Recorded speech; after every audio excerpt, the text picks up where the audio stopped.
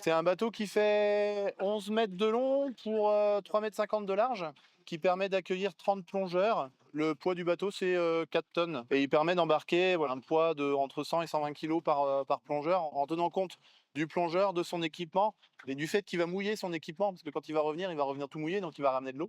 Alors, ce bateau, il est motorisé avec deux moteurs Suzuki de dernière génération de 115 chevaux. Donc la double motorisation ici, elle est essentielle pour ce type de bateau par rapport à la manœuvrabilité. Depuis qu'on utilise ce moteur-là, notamment ces deux derniers moteurs, on s'est aperçu en faisant le bilan comptable l'année dernière qu'on avait fait une économie de carburant. C'est confortable aussi par rapport au bruit qu'il génère. En fait, vous avez pu voir pendant la navigation, c'était quand même assez silencieux.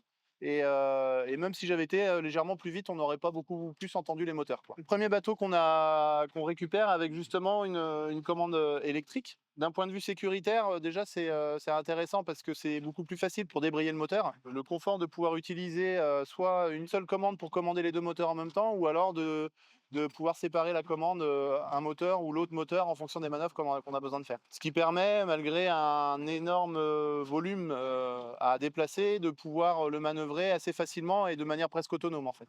Quand il y a du gros temps, c'est intéressant d'avoir une deuxième personne à bord, mais en général, avec une personne pour aller chercher le bateau, ça suffit.